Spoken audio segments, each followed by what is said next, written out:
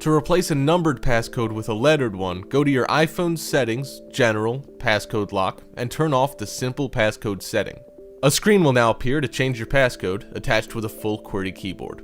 Now the next time you unlock your iPhone, the keyboard will appear instead of solely the number pad. As opposed to using the circle button on your iPhone's screen to snap your selfie, use the up volume button. You can now hold your phone and its camera more steadily. Want to distinguish a work email from a friend's text hands-free? Enter your Contacts app where you're able to enable different vibration patterns for different contacts. If you've changed your mind on the text you want to send, simply shake your iPhone, after which an undo typing box will pop up.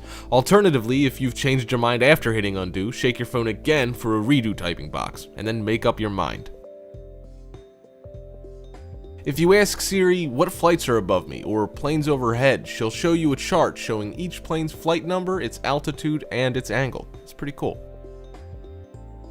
Siri can also read out your digital mail. Just say, read my email, and she'll say the sender's name, the subject line, as well as the date and time of the message.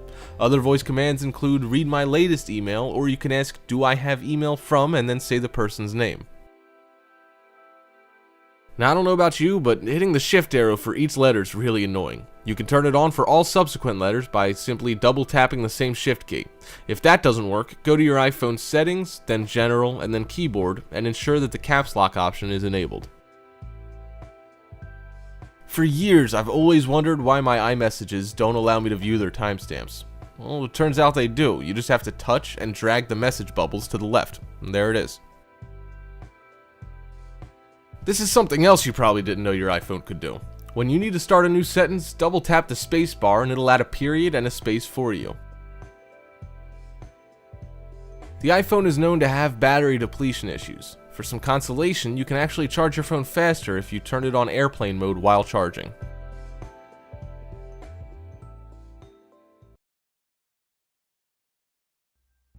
Force Touch has already been unveiled in the Apple Watch and the MacBook trackpad, and it's a heavily rumoured feature for the iPhone 7. It detects finger movements and distinguishes between hard and soft taps. I mean, anyone can do that, frankly. Degrees of pressure will effectively result in contextual menu pop-ups, depending on the strength of touch used. In essence, this will allow developers to use an extra set of new inputs for allowing users to interact with their apps in new ways. For example, imagine a first-person shooter being able to tell if you want to launch a grenade or fire a gun simply by measuring the force of your tap. Given that Apple rarely upgrades their tech in ways that Samsung and other companies tend to, holographic projections for the iPhone 7 probably won't happen. I mean, maybe it'll happen for the iPhone 43s, but not for the next major iPhone. We'd think still, it'd shock everyone and it would be an amazing feature nonetheless. The ability to turn your iPhone into what would essentially amount to a tablet workstation would be a game changer, especially in the stagnated smartphone market. Hell, just give me a virtual keyboard that was made holographic, and I'd be satisfied. A keyboard for typing, letters and stuff, not for playing jazz and funk. Although actually, no, I want that more. I've changed my mind. Sapphire is the second most scratch-resistant material after diamond, and it was one of the most rumoured inclusions for the iPhone 6, but alas, it wasn't meant to be. It's the most durable display any smartphone could have, and it's one of the more likely features that the iPhone 7 may offer. The iPhone 7 may very well feature a 3D display, according to reports which claim that Apple's supply chain partner TPK is working on a project that relates to naked eye 3D screen. In other words, a 3D screen that doesn't require glasses to see, like the Nintendo 3DS. Let's be honest, charging for all recent iPhones has sucked quite badly when compared to other Android smartphones, especially from Google and Samsung. Apple manages to make each new iPhone slimmer while equipping it with a faster processor and a graphics chip to also improve on battery life. The iPhone 6 was originally rumoured to have a front display made from sapphire glass, which would have made it possible to use it as a solar collector. This would allow you to put your phone into charge mode throughout the day. All you'd have to do is take a walk in the park at lunch just to give a boost to your battery. I mean, a walk in the park with your phone out, which might be risky depending on the park, and also you do need sunshine, which if you're from England like me, you've got basically no chance of having any. But you know, it would be fun. Here's hoping it comes to the successor. Another feature we'd like to see in the iPhone 7 is the device being waterproof. Apple has already emphasized health-related functionality in its mobile devices going forward, and it would be a logical move for the smartphone, enabling athletes to utilize it while swimming, etc. You know, go for a swim whilst checking Facebook? No, just me? Alright.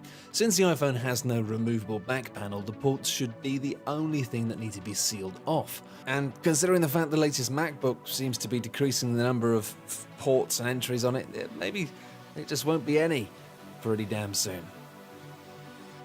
It's kind of annoying that Apple have never really upgraded the iPhone screen in terms of keeping up with the latest technology.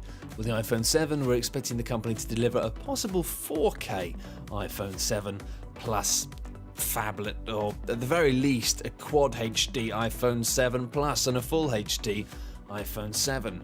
It all sounds like absolute nonsense to me, but they'll probably do that, one of those things. Whoa, technology. What is this? The 1990s? Are we all back in the 1990s? Why haven't we got wireless stuff going? Wireless everything. Wireless energy, wireless happiness. Anyway, while basically every other smartphone in the world offers wireless charging, iPhone users have never experienced it. Well, not without, big clunky add-ons anyway. The technology has come a long way in the past few years, and Apple, a company that has over $100 billion in the bank, should ideally invest in a now common feature that you see in many kinds of phones. We understand this being implemented in the iPhone 7 is a little bit far-fetched, but it's still a possibility, after Apple created a patent for basically a joystick version of the Apple Home button.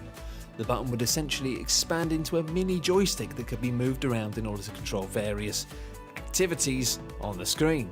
This would target the massive iPhone game market, and it would be amazingly fun too. You could have different types of games, maybe some games that weren't awful.